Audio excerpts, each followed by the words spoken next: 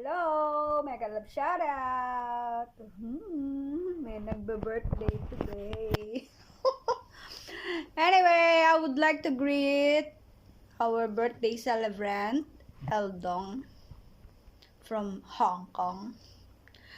Ang wish ko lang sa kanya, sana bawasan mo na yung pagiging... Joke lang! Joke lang. Anyway, gusto ko lang sabihin na huwag masyadong maging multitasking katulad ng pagkanta while talking, nagkikwento habang kumakanta. Hindi.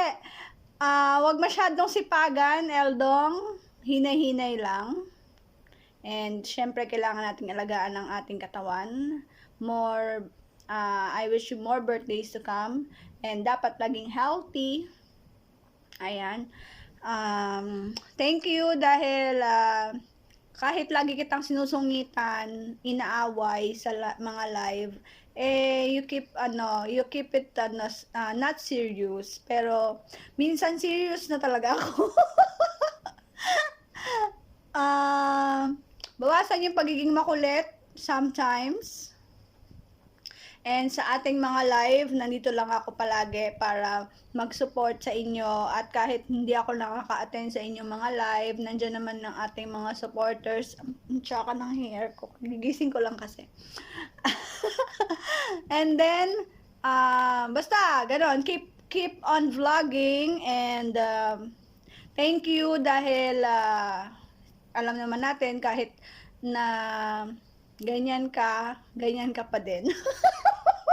Hindi, napakabait ni Eldong. Kahit madaldal yan. Sa mga live natin. Walang preno, pero mabait siya.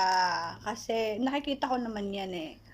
And syempre, hindi naman sila magtatagal ni Rebs kung hindi yan mabait. 'Di ba? And maging mabuting tao palagi. At alam mo na, huwag nating i-ignore mo lang yung mga bagay-bagay na binabato sa'yo. And, ayun, God bless you. And, sa GLS mo, good luck. Siyempre, alam naman natin yan na laging positive tayo for making our live stream successful. And I know it is successful. I admit already. And that's all. God bless you more and enjoy the life. Happy birthday. Hindi ko alam kung ilang taon ka na, pero yun na yun. God bless Eldong. Bye bye. Kiss ko from Oman to Hong Kong.